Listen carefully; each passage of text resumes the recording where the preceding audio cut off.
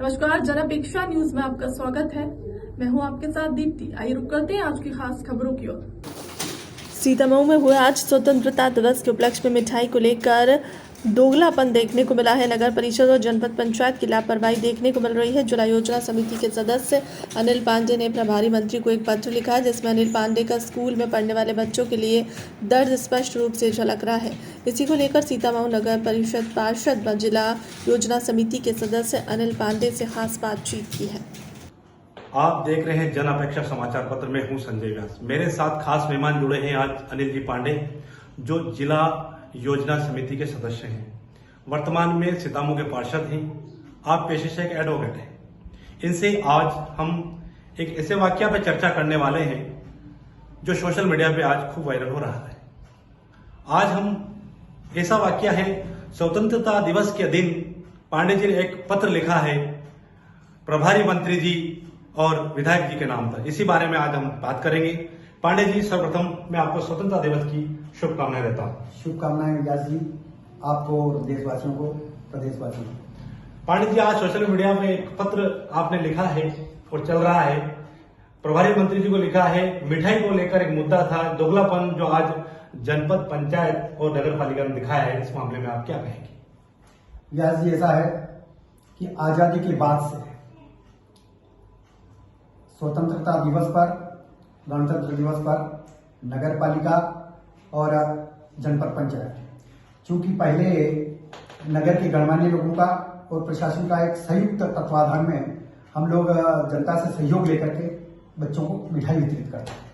लंबे अंतराल तक ये चलता रहा, लेकिन सामान्य प्रशासन की विभाग के द्वारा एक पत्र जारी होता है कि मुख्य समारोह का ध्वजारोहण सब डिवीजन स्तर पर जनपद पंचायत के अध्यक्ष करेंगे। उसके बाद से, चूंकि 2000 में मैं अध्यक्ष था, जब मुझे जानकारी लगी कि मिठाई के लिए हमें चंदा करना पड़ता है, जनता से सहयोग लेना पड़ता है, हमें मुख्य नगर पालिका अधिकारी को मना कर दिया कि बच्चे हमारे हैं, हम नगर के हैं और नगर की जनता ने हमको चुना, हमारा दायित्व बनता है बच्चों को मिठाई वितरित करना। हमने नगर पालिका के द्वारा मिठाई वितरित करना प्रारंभ कर दिया।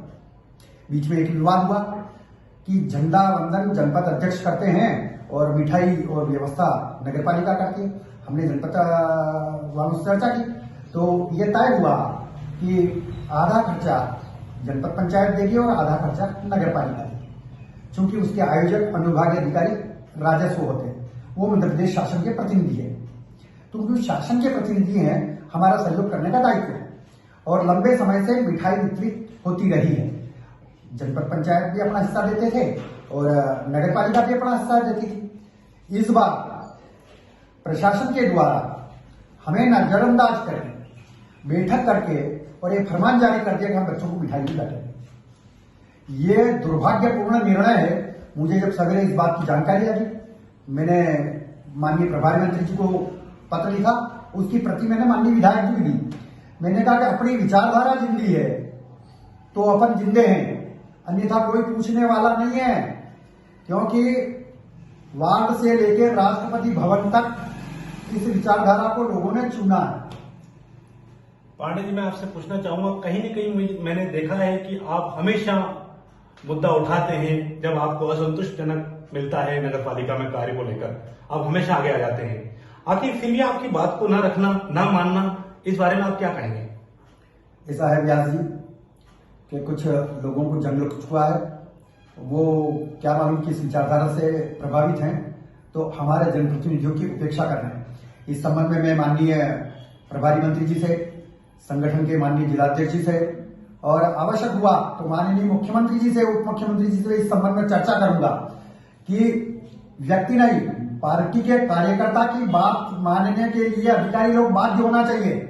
अगर हमारी विचारधारा जिंदी नहीं रही और हम लोग पदों पे नहीं रहे तो हमको कोई बात नहीं मानेगा। एक बार की घटना बता दूंगा आपको कि प्रदेश के माननीय गृह मंत्री पटवा सरकार के दौरान कैलाश जी चावला हमारे सीनियर नेता हैं, और जब पटवा सरकार चली गई थी, हम दरोदार ज्ञापन देने के लिए गए थे, चौकीदार ज्ञापन लेने के लिए तैयार नहीं था। इसको कहते हैं सत्ता का डंडा।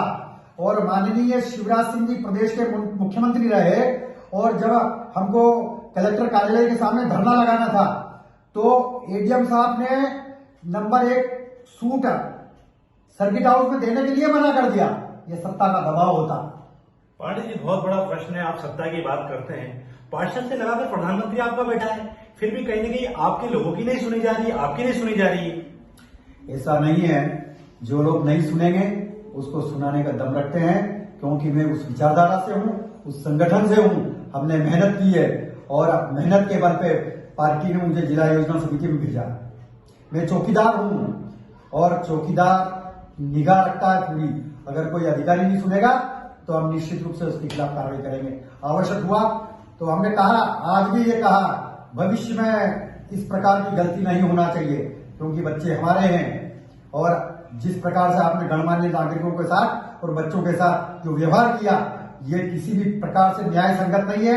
ये बहुत बड़ा दुर्भाग्यपूर्ण निर्णय है।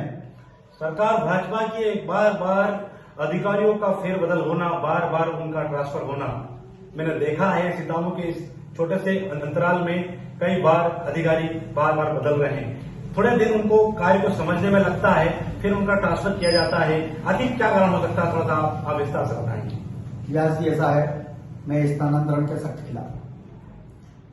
स्थानांतरण होना, ट्रांसफर होना, ये कोई निर्णय नहीं है कि हम किसी का ट्रांसफर कर दें। उन अधिकारी जो है, कर्मचारी अपनी योग्यता से उनको नौकरी मिलती है, उनको मैदान दीजिए काम करने के लिए। बार बार उसका हस्तक्षेप करने की आवश्यकता नहीं है। उनको अगर वो नहीं सुनते हैं तो हमारे जनप्रतिनिधि हैं, हम लोग उनको अवगत कराएं, वो बात करें, लेकिन ट्रांसफर करा देना, ट्रांसफर कोई समस्या का निदान नहीं है।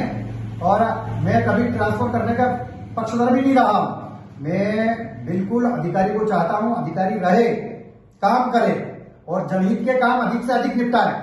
हम लोग बार बार हस्तक्षेप भी नहीं करते हैं कि आपको ये करना, वो करना।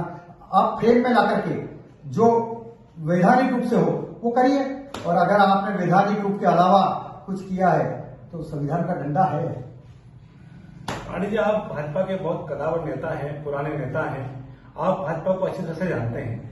आपकी सरकार के अंदर कहीं न कहीं लगता नहीं आपको कि अधिकारी कई दबाव में, राजनीतिक दबाव में काम कर रहे हैं? ऐसा हमने देखा है। ऐसा नहीं है। जैसी क्या होता है कि खींचतान में कुछ अधिकारी लोग निर्णय नहीं ले पाते हैं, लेकिन उनको भी जब उनकी एबिलिटी है, वो योग्यता है, तो निश्चित रूप से उनको वैधानिक रूप से जो फ्रेम में आता है वो करना चाहिए।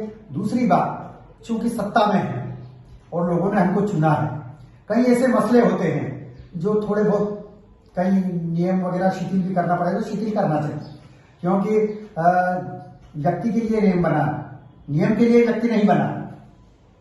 आजादी के दौरान जिन लोगों ने अपने प्राणों की आहुति दी, इसलिए नहीं दी थी कि आपको आजाद होने के बाद काम के लिए दर दर भटकना पड़ेगा।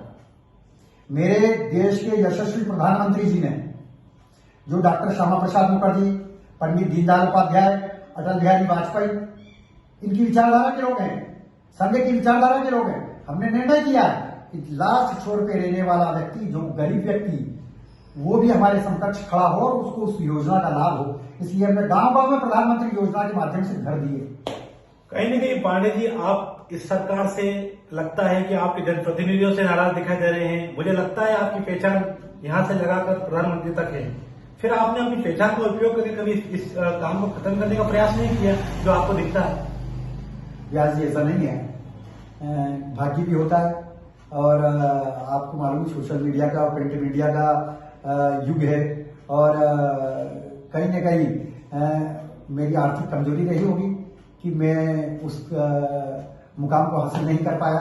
लेकिन जनता का मुझे फुल आशीर्वाद रहा है, और भगवान का आशीर्वाद भी रहा है कि मैं जहां जहां भी मैंने जनता के सामने गया और जनता से आशीर्वाद प्राप्त करने का प्रयास किया, तो मुझे आशीर्वाद दिया। और जैसा आपने कहा है कि सुन नहीं रहे, ऐसा नहीं है। हम सुनाना जानते हैं, काम कराना जानते हैं, तो इस विचारधारा के लोग। मामला भ्रष्टाचार को लेकर बताना चाहूंगा। नगर पालिका में कई बार सोशल मीडिया में कहीं न कहीं खबरें देखने को मिलती हैं भ्रष्टाचार को लेकर, कि कुछ कार्य जो होते हैं कहीं न कहीं उनमें भ्रष्टाचार हो रहा है, बिल ज्यादा लगाए जा रहे हैं, कहीं न कहीं इस बातें सामने आ रही है। आप भी नगर पालिका हिस्सा है, मुझे बताना चाहेंगे कि थोड़ा सा किस बारे में?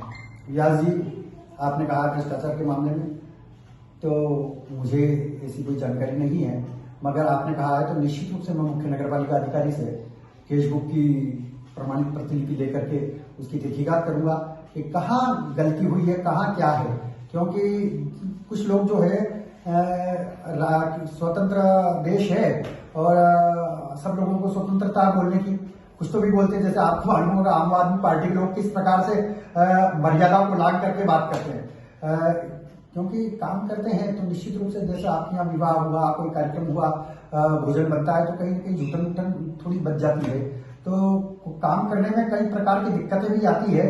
और शासकीय कामों में जैसे आपने कहा कि ये स्टूल जो है ये 100 रुपए का है, लेकिन आपने खरीदा 150 रुपए का, तो इसके लिए जानकारी बता दूं कि इसमें GST है, इसमें विज्ञापन भी जारी करना पड़ता है और कई प्रकार की के उससे निकलना पड़ता है हम लोगों को।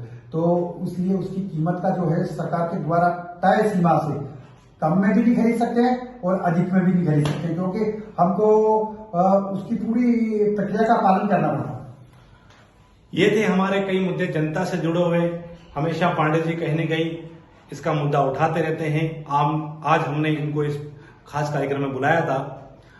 मैं आपको पुनः पांडे जी स्वतंत्र दिवस की शुभकामनाएं देता हूँ। शुभकामनाएं व्यास जी। फिलहाल के लिए खबरों में इतना ही। बने रहे हमारे चैनल के साथ। नमस्कार।